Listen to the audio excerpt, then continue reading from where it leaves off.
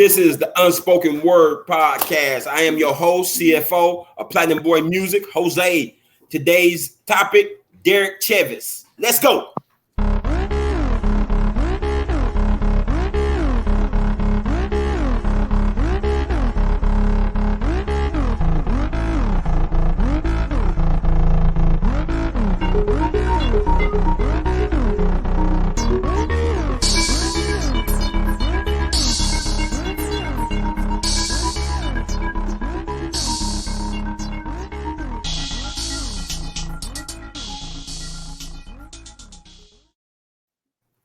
What up? What up?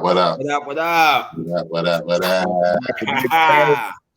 It's the chaotic one. Yes. Hozilla.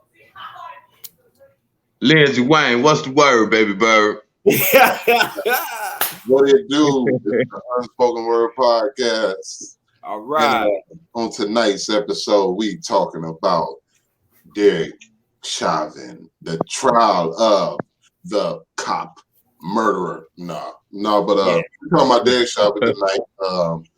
And the 7-year-old girl that was murdered at the drive-thru of McDonald's. We also paying tribute to Shock G tonight. And we will be speaking on the 14-year-old young lady that was killed in, North Carolina, cuz? 16-year-old killed in Columbus, Ohio. Yeah, Columbus, Ohio. I was all wrong. Yeah. All right. So let's get into it. What's the word, baby bird? Yes. Lindsey Wayne, what's your thoughts on this, sir? Man, they still at it. They still killing us, man. When is this gonna cease? You know what I mean? They've been killing us for years. When is this gonna cease? Actually, it's telling us that they are not caring about killing us. They showing us. It's more and more. It's becoming more and more rapid. Meaning they showing you that they don't care.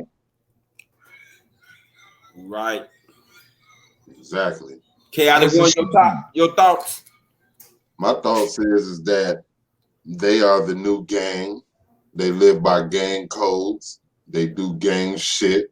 They the new gangs, the 2021 gangs, and they are racist.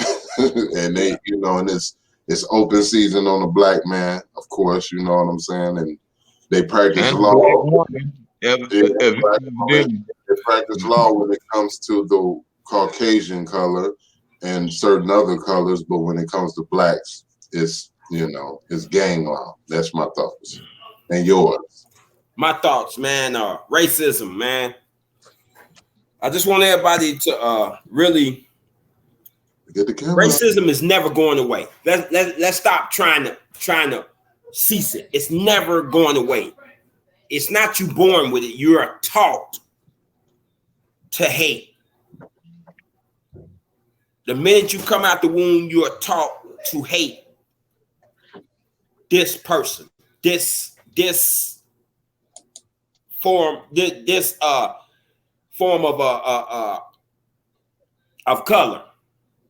All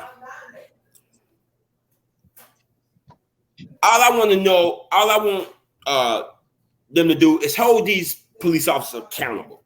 And that's what Minnesota just did. They held this guy accountable for murdering a guy live on camera. Because that was just an outright murder, man. You can't even, there's no way else you can look at that.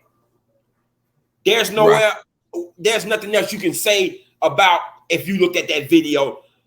There's nothing, you can't even say, well, maybe he didn't do it, or he intentionally didn't do it. He meant to do that. He meant to do it. It was in his head when he hopped out that car to confront George Floyd. He meant to kill him. There's nothing you can say. There's nothing you can convince me that this dude did not meant to kill George Floyd. And what I'm saying is, I want all the people to stop trying to get rid of racism. It's never going away. It's going to outlive us, just like it outlives our parents, our grandparents before them. It's never going away because you got too many ignorant people in the world.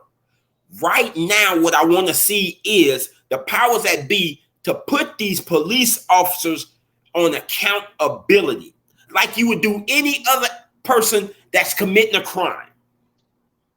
Because these guys are starting to be judge and jury now on African Americans. You getting pulled over, you don't know what's finna happen now. You know, maybe 2 years ago, you can say to your son, hey, if you get pulled over, put your hands on the dash. Or if you get pulled over, just have your info ready. Boom. Now, what can you say? What can you say? What actually can you tell your child or tell another adult what to do if you get pulled over? Because some of these people didn't even know this was coming. It's a big surprise. So there's nothing you can really do to prepare for it. Just put the hands, once you get pulled over, put your hands in God. That's all I can say. Just give it to the Lord if you get pulled over. I want to say that there's a difference between racism and prejudice, okay? And I'm gonna break it down a little bit. Racism is when you can control or stop another race from growing economically. Prejudice when you just don't like a different color. So we as Black people don't control anything economically. So we can't be racist.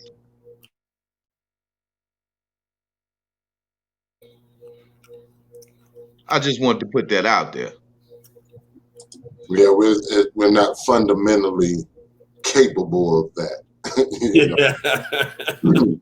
I mean, I know we are people of love and tradition. I mean, we're forgiving as it is. You know what I mean? To be coming from where we come from, we are a forgiving race as is. You know what I mean? And it's like it's hard for us to be. I mean, don't get it wrong. We got some racist people in our race of people, prejudice, race, whatever you want to call it. But I just think that we are more forgiving, we're more loving, and more caring of a race of people. Right.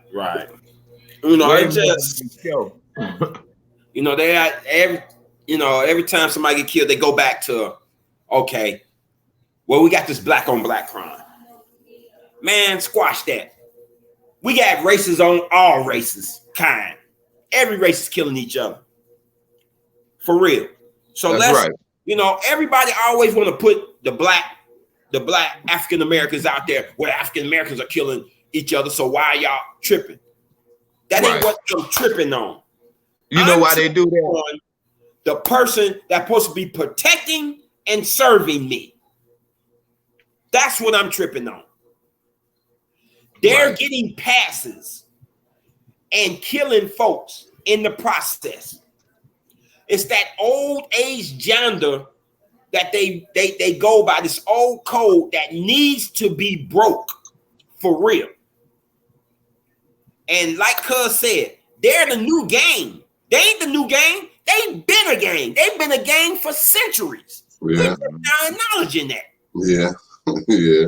We just formed gangs back in the late 60s. They've been a gang since the 18th, probably the 1700s when they stepped off the boat and killed the Indians. They've been a gang for years, man.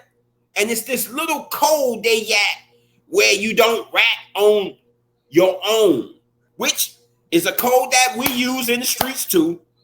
You don't rat on your own.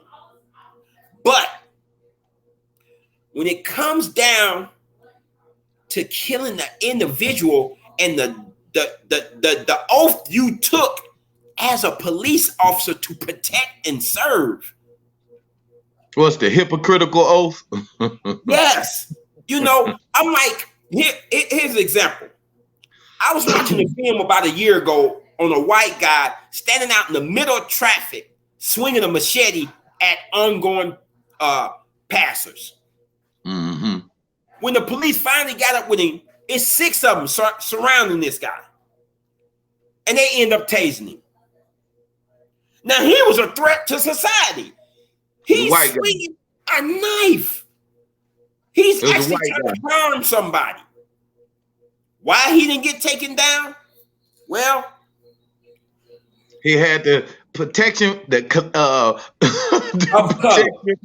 right. The complexion for the complexion for the protection is that.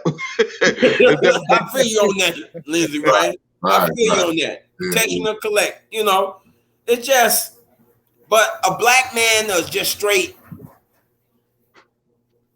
feared.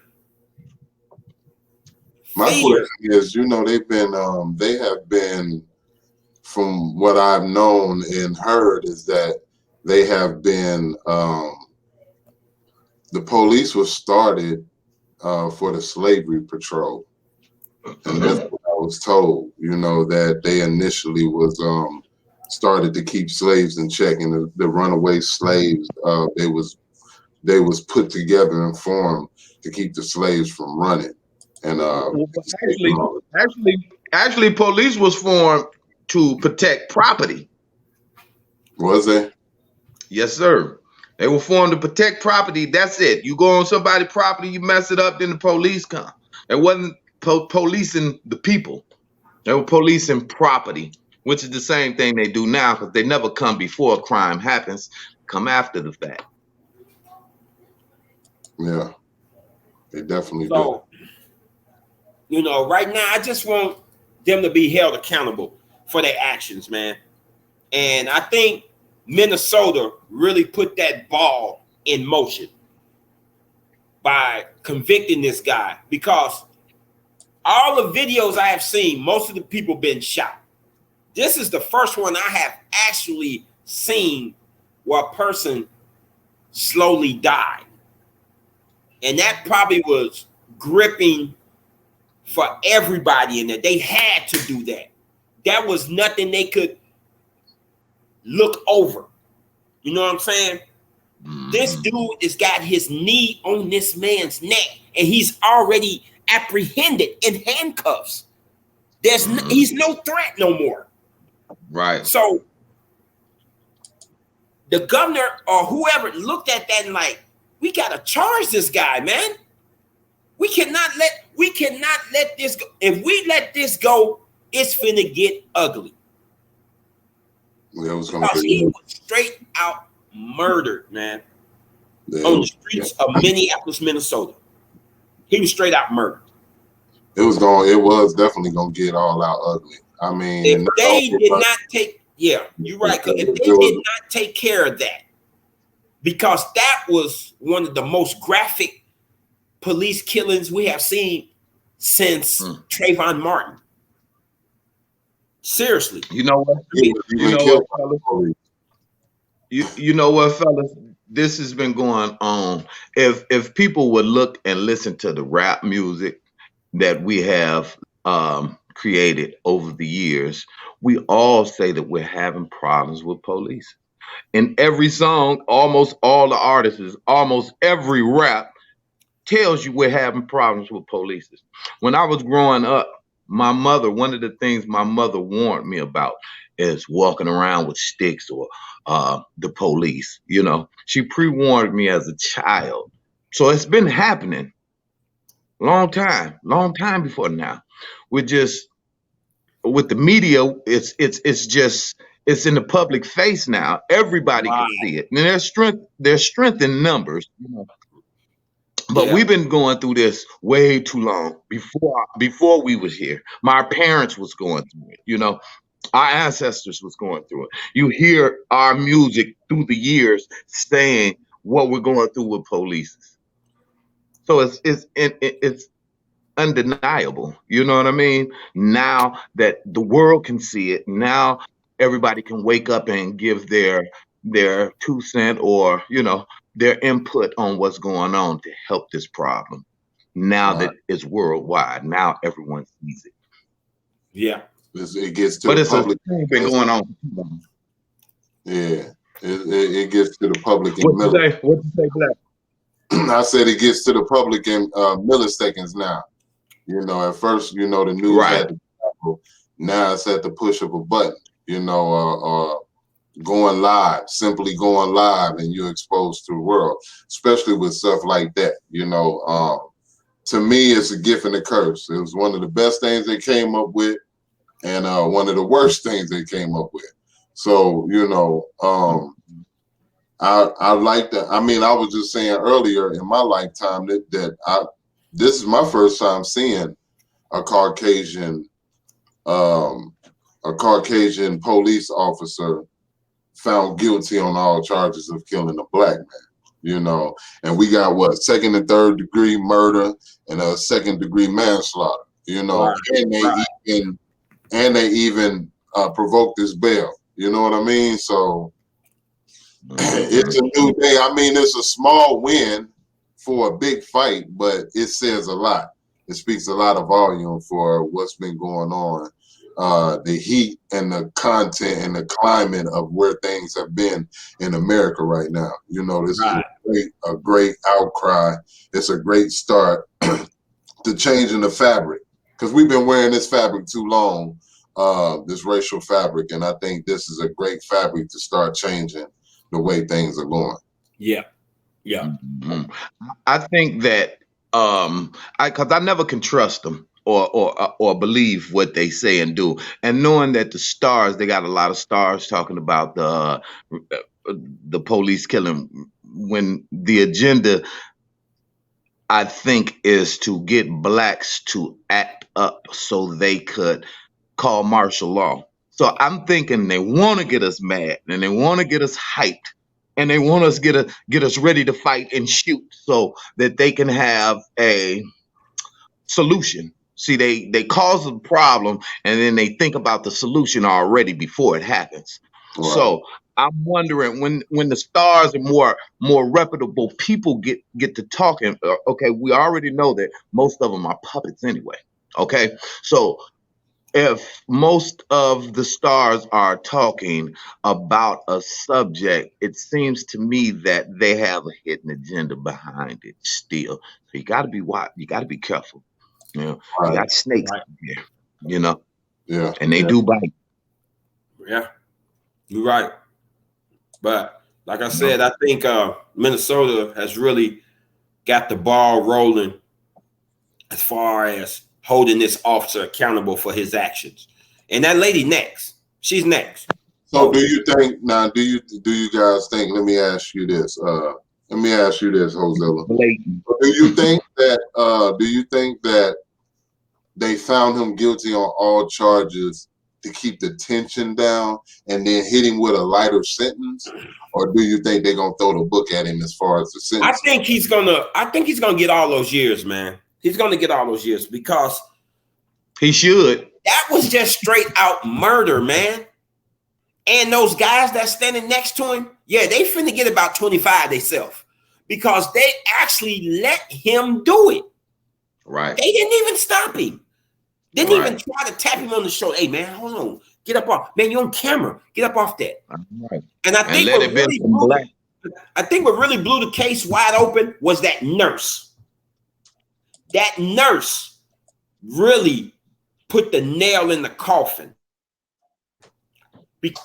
When she was coming up on the scene and seen it, she asked, "Hey, whoa, let me, give him some, let me help him." No, they pushed her away. So she was trying to administer first aid. She was trying to help because she seen what was going on. And she was trying to help, and they pushed her away.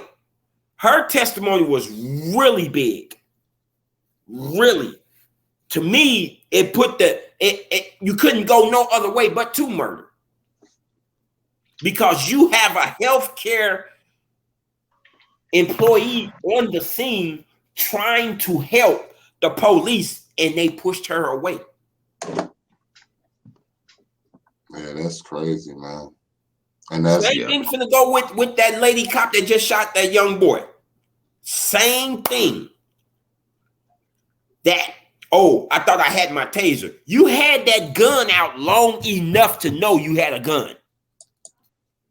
I'm not buying that. You had that. It's just like you putting on a shirt and you notice you just put that mob on backwards. You finna take it back off and put it back on right? Right. She had that gun out long enough to know she had a gun in her hand. Hey, so can I say this? We from the streets. We know if we grabbing our gun or our dick. Right. So yeah, you can get up off that. What I'm gonna do. Right. So that ain't gonna work. That one ain't gonna work either. But the thing that's gonna happen in that trial I see was that sudden movement. That's what got him killed. The movement. I'm thinking if he would never moved, it might have went a whole different way. But the thing we got to understand right now, man, that just put a target on all young people under 30. Because that's gonna happen again. Because they're gonna get so nervous when they do get stopped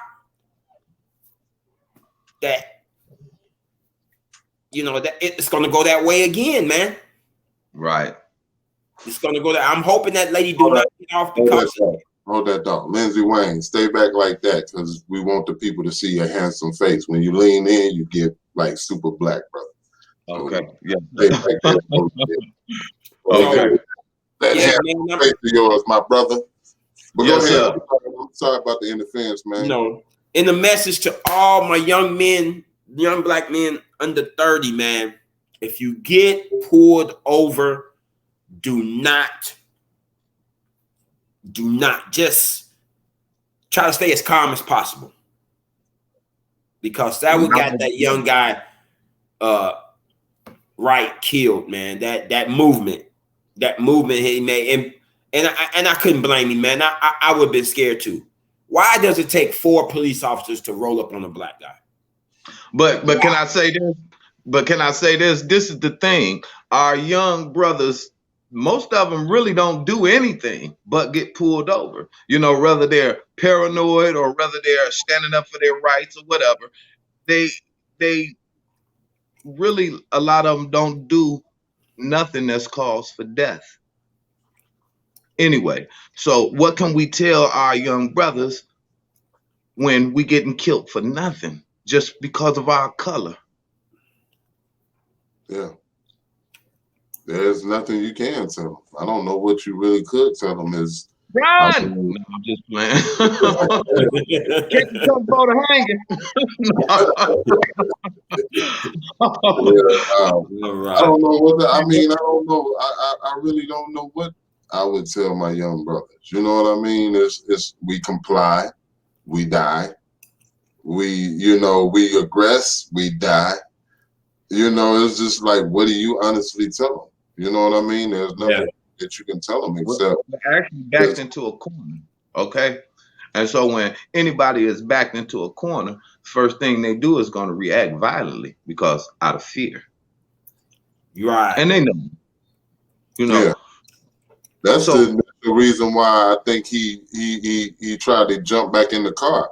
It wasn't, it's funny. I seen this post on Facebook and it showed me the racial lines and how they are blurred, because it was like 90% of the black comments I was reading was like, that's messed up that brother got killed. And then it was like the Caucasians was exactly opposite. It amazed me how crazy it was, because it was like the Caucasians was like, oh, the cop is a stand-up and she's been 26 years and that's a shame, that thug, and he was a thug and he was all kinds of things, and the true essence of how they felt about us was being exposed. I seen the true fabric of what we as a people feel. And I was saying that I feel like they trying to put that racial divide back there. Because, for a minute, whites and blacks was linking up. And it was like the Muslims and shit was the new terrorists and the new enemies. Niggas looking at them crazy.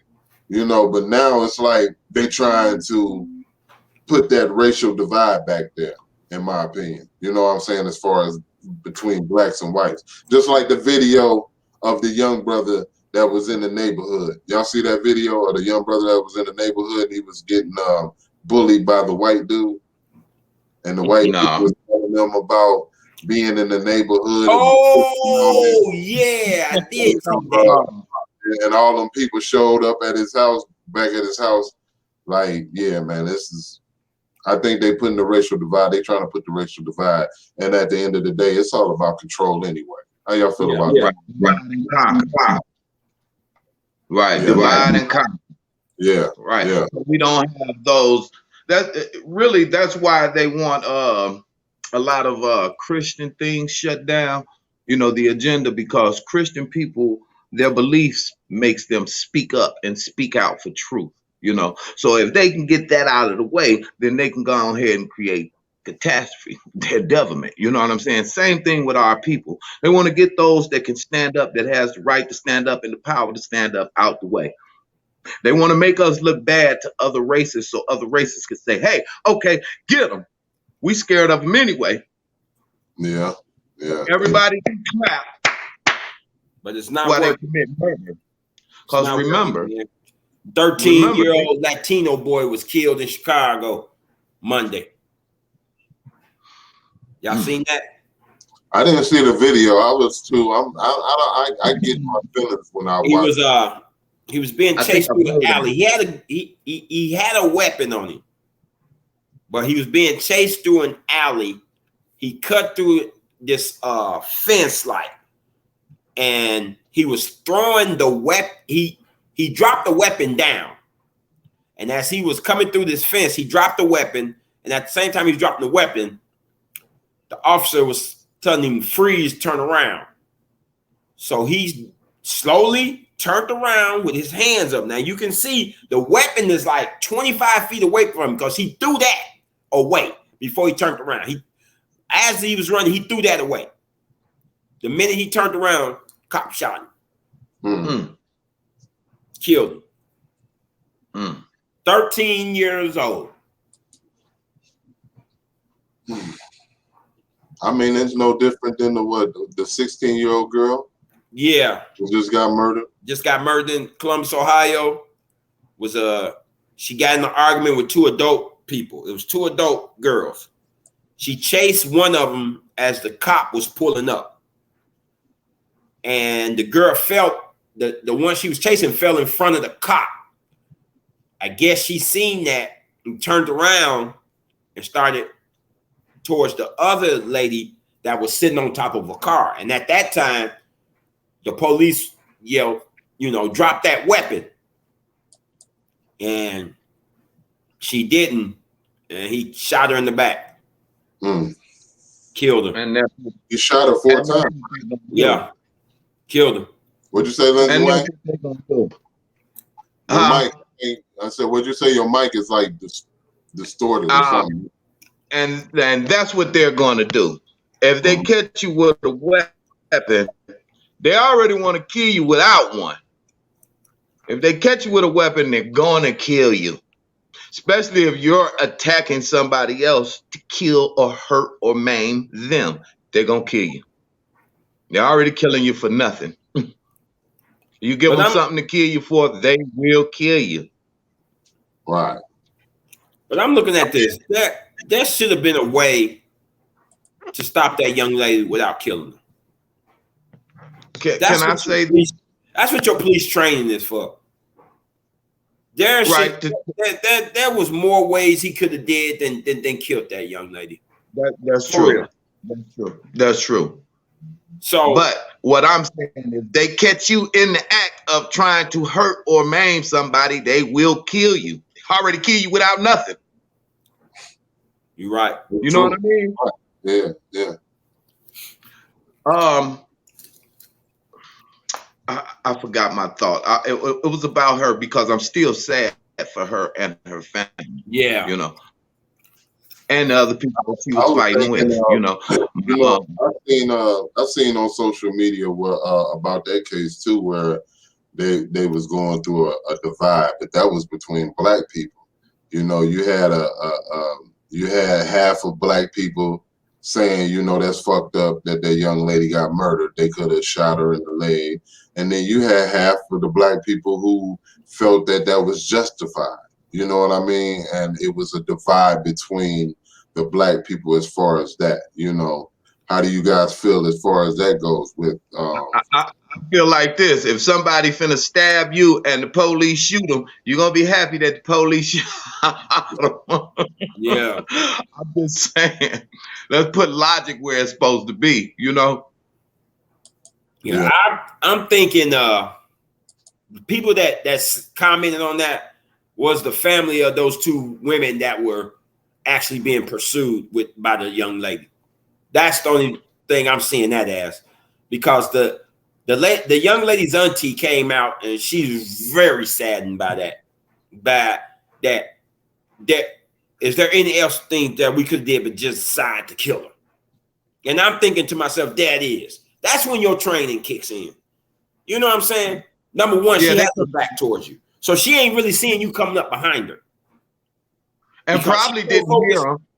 Yeah, she's so focused on trying to harm that lady that's in front of her.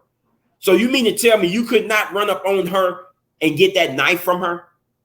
And we don't know what those people did with her before that happened. They could have jumped her and beat her up, all of them. Well, they and bullied her. On the defense was a knife. Aunties was. We don't see all that. Yeah. You know, they show us a little bit, and then we're supposed to judge from there. But I can't really judge from there unless I see the beginning or see what transpired up prior to. Yeah, because we don't know what happened. We don't know the actual determining fact. We don't know what happened before the police pulled up. You know, we don't know why she had that knife. You know, like you said, she could have very well got jumped and was just, you know, that was the rebound of defending herself. You know, we don't know what the case may be, but we know that a young black lady was murdered by the police. You know, and I know there is other things the police could have done. It could have tased her. They supposed to be trained in disarming a suspect with a knife. You don't never come to no gunfight with a knife. So I'm pretty sure, and we don't know if she even heard through all the commotion, and you know how it is if you're fighting and you're into it and there's a lot of people yelling and stuff. We don't even know if she heard the police. Right. That's true. That's true. That's all facts right there. Yeah. You deny that. I mean, she very well could have not heard the police. We don't know, because I mean, what I noticed is that it's easy for you to say what you would have, could have, and should have did in those situations, but we don't know until you're in that situation. You don't actually know what you're gonna do. You don't know how you're gonna handle it. You know. I know the problem and the solution to this. The problem is we're having another race police us when they don't know us. The solution is for us to get a police to police our own culture. Right. Because just like I was saying, we've been in that fighting argument situation where you can't hear and your adrenaline pumping because somebody else then pushed you to fighting. You know what I mean? When you really don't even want to. I'm just saying, we've been there. They're policing people that they have no clue about, and they don't care. Yeah, that's funny, because I was just saying that. Like, well, I was talking to somebody, and it's almost like I said the exact same thing that you said. Like, we need police that police us, that's in our community. We need police that's for us, that understand where we come from and what we about. I mean, in heated moments and heated debated moments, I almost feel like we would be subject to listen to the black police before the white ones. You know what I mean? I feel like they would give us some kind of understanding, or we would identify with them and be able to maybe calm down, because they can calm a situation down. It just is, you know, it depends on how the situation is handled, in my opinion. You know, but I do agree that we need to be policed by black police, you know, that understand us, understand our culture. It's never, They don't be in our territory. You know what I mean? That's like all three of us being hip hop artists going to an opera show. We out of our element.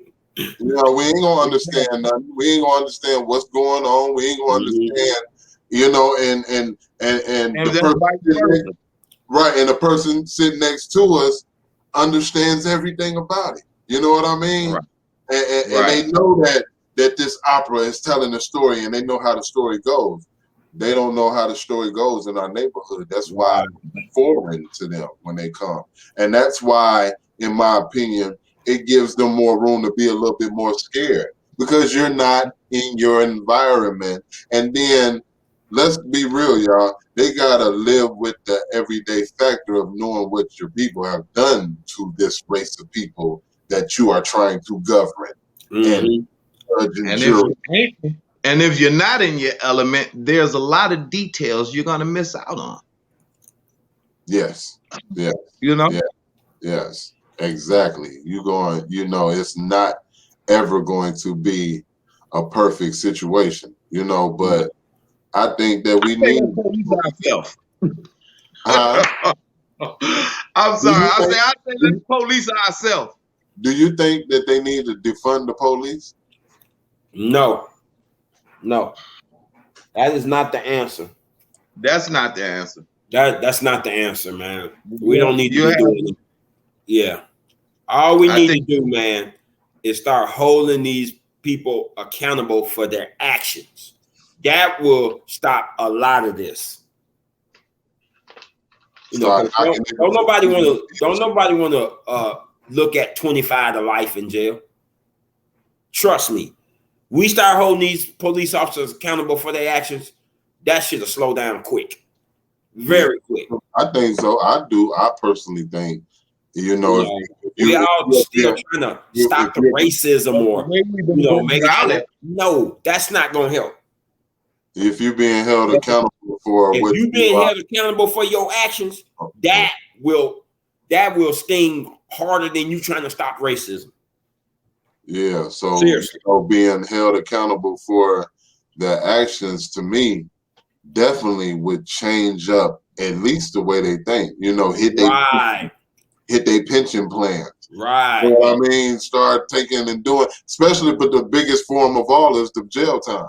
If you know that you're going to jail and you can potentially go to jail just like any other person that's committing a crime, you definitely gonna think about it. You know what I mean? Yeah. Or is going to show the real true the real true soul of that police officer. You know what I mean? If you got hate in your heart, it's gonna stand out. You know what I mean? So, yeah, I definitely think that they need to do that ASAP. But I don't think they need to defund the police because they still got a job to do, in my opinion. Yeah. I mean, we got major problems then. Yeah. You're talking about all out anarchy. I was just gonna say that'll be anarchy right there all day long. So let me ask y'all this. Okay, since we touched on things about police killing. And so I want to talk about blacks killing blacks. And we had a situation in Chicago to where a 7-year-old girl was murdered at a McDonald's. Actually through a drive-by or a walk-up, shot up the car, and she was murdered. What I found out is that the father was a gang member or in a gang, and supposedly there's a video of him pissing on the ops grave that surfaced, and that they thinking that might be a retaliation behind that. My question is how do you guys feel about the outrage and the outpour of police killing blacks, but then there's really no pissing on the grave. I wonder how did they keep him pissing on the grave? We got to be careful too. These people will set us up. I'm just saying, how did they catch him pissing on the grave and then save it? You know how he probably go out there, him and his boys, and somebody with the camera recording him pissing on. Yeah, you know what I'm saying? Put it on social media. and they got synced. Yeah, Probably that's what happened. That's what they saying that happened. You know what I'm saying? They saying that there was a video that surfaced of him pissing on the ops, and he was potentially the murderer. They was after him, and they didn't know that the little girl was in the car because his windows was tinted. That's what they saying. It very much will. My as I was saying, my question is, with the outpouring, the outcry of police killing blacks, what about blacks on blacks? Where's the outcry and the Black Lives Matter and stuff? Like, to me, that's something big enough to protest. That's something to be angry about. That's something to be furious about. I agree. I agree, man. But we have all kind of cultures killing their own race. It's not just blacks. Every other culture kills in their own nationality the same. They just show us and put us out there because there's agenda against the black man. So they put us out there more. But every culture is doing it. And we need to figure out exactly what they need to figure out, how to stop it in their culture just as well as ours. And there's no different. They just put us out there to make us look different. Right. I look at it like this, man. There is no stopping that, bro. We're so far bent on trying. We got poisoned in the late 60s, man. With the drugs coming in, with you separating blacks from just putting us in nasty situations to where you couldn't do nothing but rob your own kind or kill your own kind. We trying to live a life.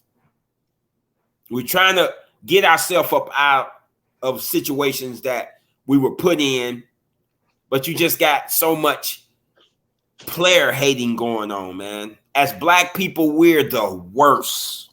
Seriously, on our own culture. We hate to see the next man get something. I don't care, man. I want to see black people win. I've been all for black folks winning. How can I join you to win? How? How can I join you? If we can sit back and see how much power we have, we can be the most dominant race on the planet, man. But we're so big. It's like Kanye West said,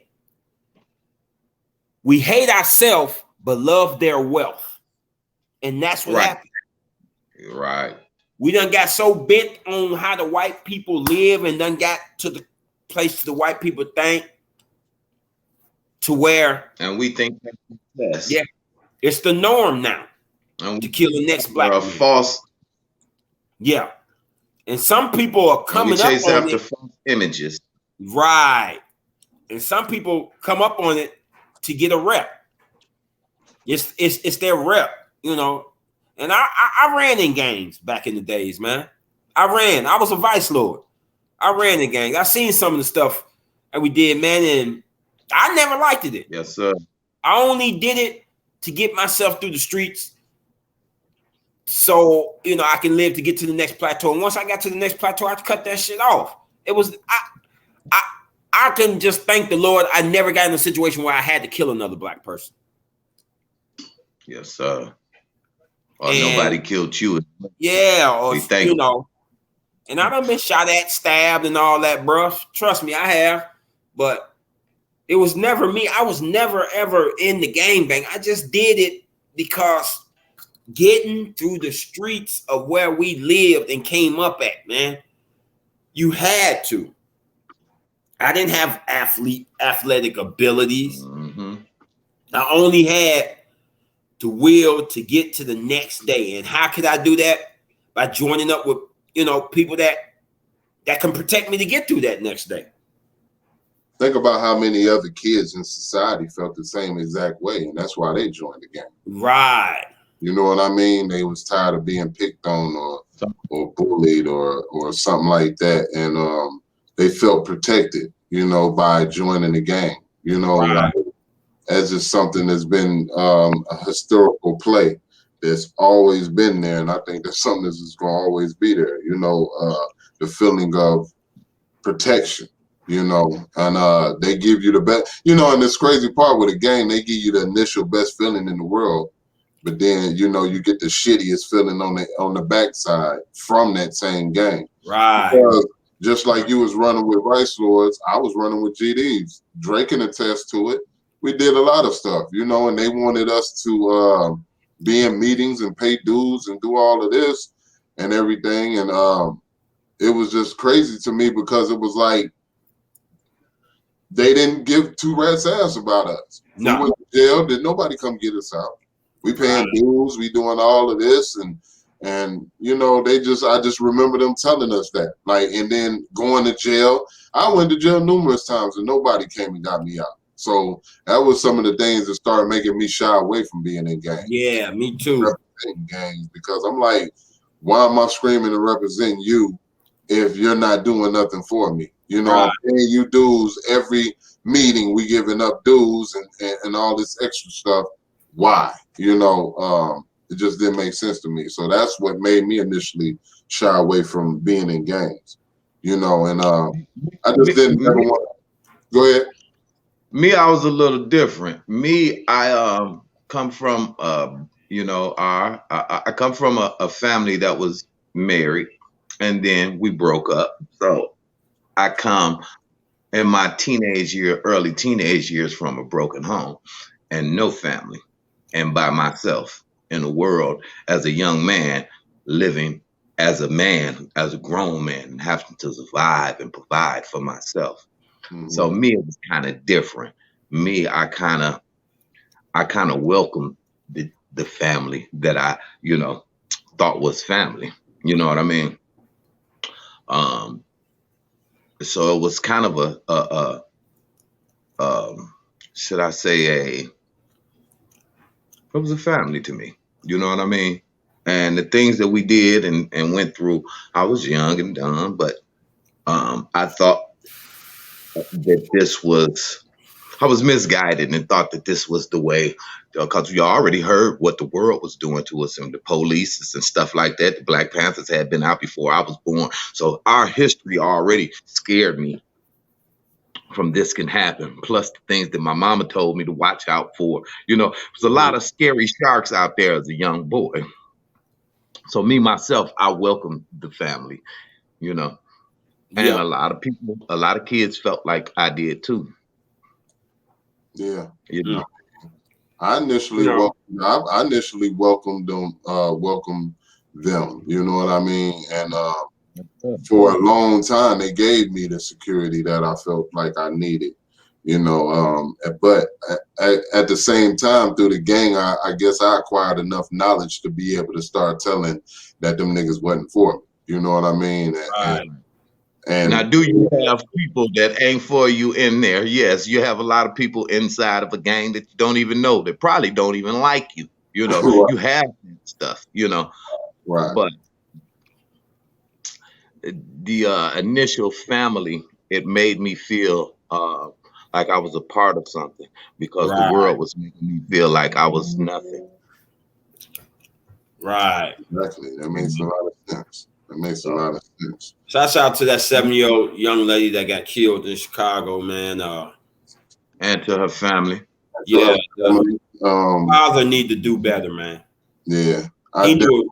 I think he knew it was a price on his head, but just didn't know when it was coming. Right. And that's just a situation. As far as us as young men, that we can't confront each other face to face like men. We got cowards now just killing people behind the gun. I mean, what happened to, put them boxing gloves on, let's go around, and live to see another day.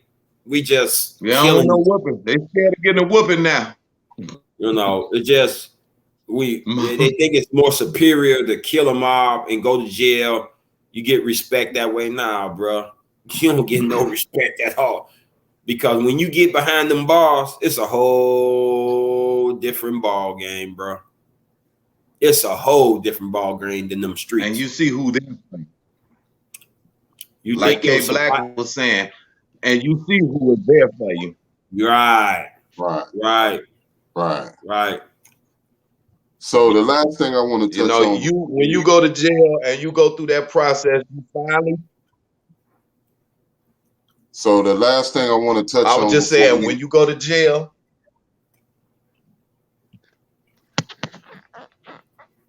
Go ahead, Lynch. Oh, okay. I was just gonna say those times that you go to jail, and when you go to jail, you finally realize that you're by yourself and how much of a man you have to be for yourself. Right. So, that's all I wanted to say. That's what happened to me. I first went to the county. The last thing I want to touch on tonight, I want to speak about Gregory Edwards Jacobs, which is known to the world as Shock G. He's another hip hop icon that has lost his life in the recent days. He died on April 22nd, 2021 in Tampa, Florida. And I just wanted to touch on that before we get out of here. That's another hip hop icon and a hip hop legend that's gone. I know growing up, my mom and grandma and them always said that death come in threes. Right. And for the hip hop world, it's definitely been 3 in the last. Within the last week. Yeah, we lost DMX, of course. We lost Black Rob, and then we turned around and lost Shock G. And we need to talk about that too. That's another topic for the next topic, but we need to talk about why so many black artists are dying. Yeah, we definitely got to touch bases on that on the next episode. Really? But I just wanted to touch bases and give him flowers to speak up on him. He was definitely 57 years old when he passed on. He was born August 25th, 1963 in Brooklyn, New York, which a lot of people don't even know that. He was actually born in Brooklyn, New York, which he went from Brooklyn to Tampa back and forth before he initially started Digital Underground. He was in different rap acts. He was a trumpet player who initially switched over to DJing and keyboards. Went to school. He settled on Oakland as his last place of being at, which he stayed out there. We, of course, know he formed Digital Underground. And we got the great legendary Tupac. Shakur from there.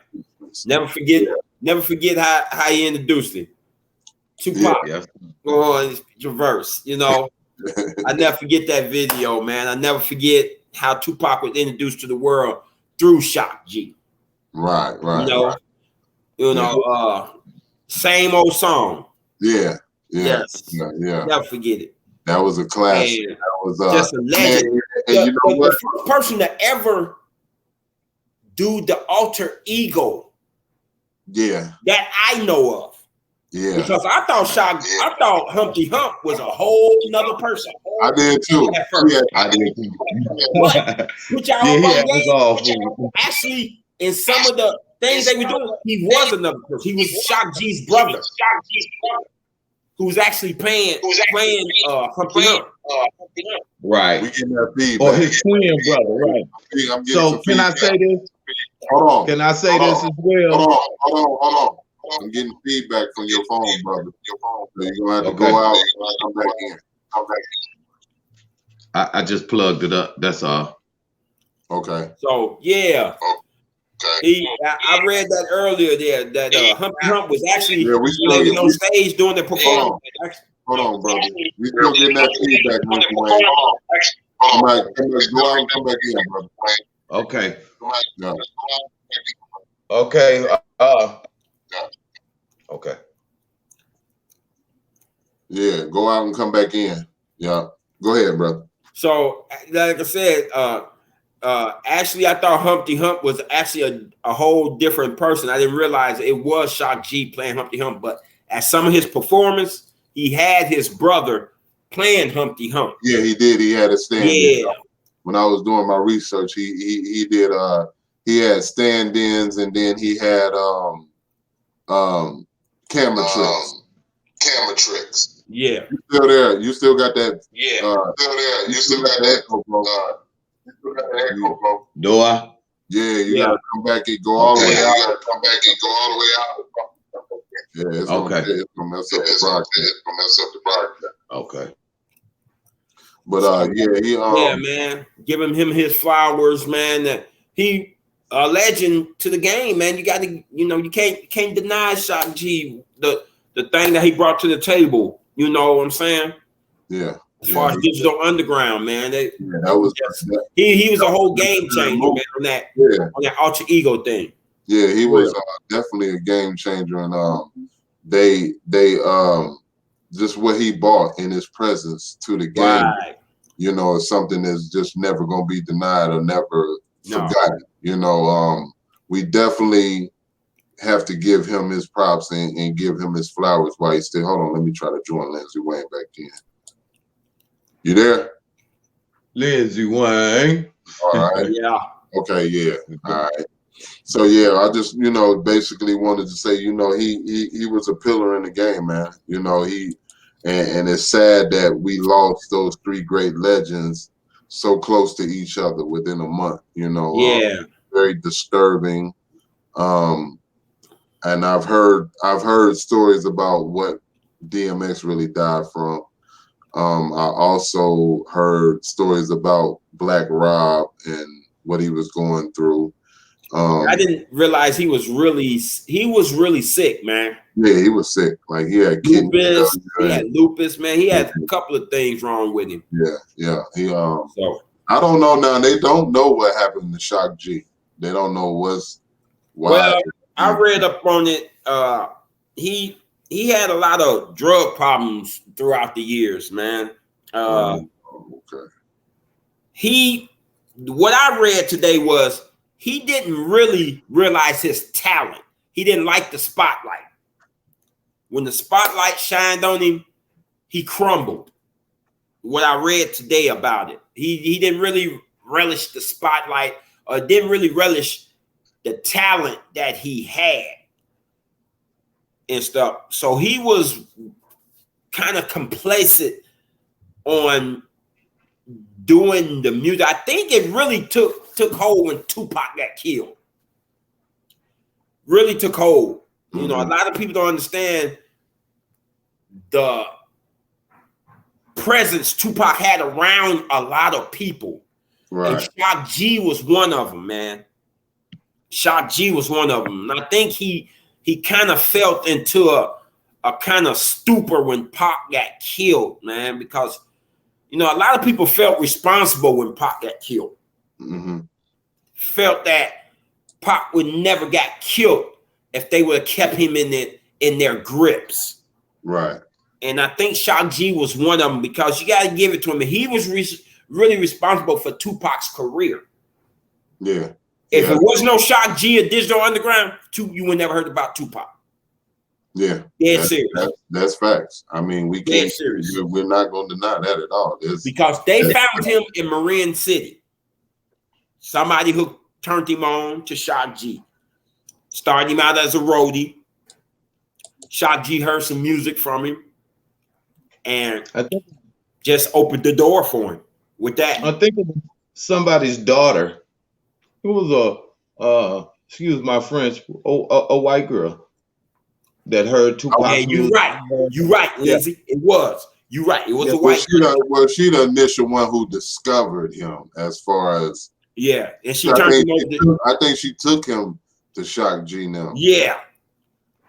It was I think she was a reporter or something in her profession. I think she was young and just heard the music. I think she was still a baby and told her father, she liked in him. I think the father is the one that had the power to, do something. Well, no,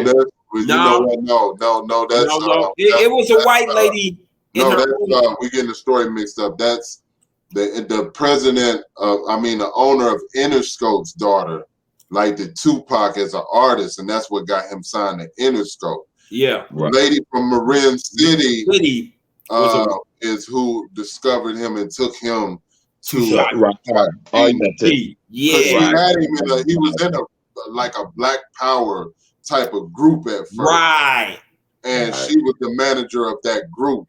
Right. And he was so rebellious and unruly, she felt like she needed to take him to Shock now to get him on the road. Yeah. Oh yeah. Travel with them so he can get out of trouble or something to that effect. And he just ended up, becoming a roadie for the group. For Digital Underground. Pac was, don't nobody know. Right. Well, I know a lot of the younger ones don't know, but Pac was on stage in bikini drawers and everything. You know, nobody dancing and all that. He still was a G though. You know what I mean? Dancing and all that. Getting his props up, getting doing his dues. He definitely he created and left a legacy on the game. So that's two people that we lost, that forever changed the game. Shock G was definitely a pillar. One of my favorite joints was the Humpty Hump, That was one of my favorite dances, Humpty Hump, that was that deal, man. I just wanted to give it to Shock G, I just wanted to give it to Shock G before we got out of here, but we're gonna go ahead and close the show. But rest in Black Rob too, man. Don't forget that's a legend too, man. He brought some skin in the game too, man. Black Rob. Before we go, we're gonna all give our own take on how we feel about tonight's episode and the things to talk about. We're gonna start with Hozella. Go ahead first, brother. My take, I am glad that Derek Chauvin is guilty of all charges. That's a step in the right way. Loving that. As Black people going forward, man, we have got to be very careful out here now because we're our targets, all of us, not just Black men, but now I'm seeing young Black ladies being killed, children being killed. We got to be careful, man, of who we surround ourselves with, who we get in bed with, man, because that could lead to somebody else. If they can't get to you, they're going to get to somebody else. So on that note, man, we just need to just start being aware of what we're doing now. Be very careful right now as far as being an African-American in the U.S. And my brother Lindsey Wayne, you go ahead and give your take on tonight. I'm just going to say this. Stop killing us. You reap what you sow. The hen will come back to roost. It will. You're right about that. And my take is tonight is like Lindsey Wayne said, stop killing us. Give us a chance to breathe. Give us a chance to live. Why don't y'all for once try to understand us as a people and stop looking at us as animals and less than? We are people with feelings and everything. It's crazy because half of y'all, or more than half of y'all, want to be us until it's time to be us, if you get what I'm saying. You know what I'm saying? And I'm Chaotic One. I liked it that. And that's Hozella. I'm Lindsey Wayne. I'm sorry, y'all brothers go ahead and say your own names. I said Hozella, CFO of Platinum Boy Music. Lindsey Wayne, entrepreneur. Mr. Chaotic One, what it do, baby? And this is Unspoken Word Pod episode 6. Podcast.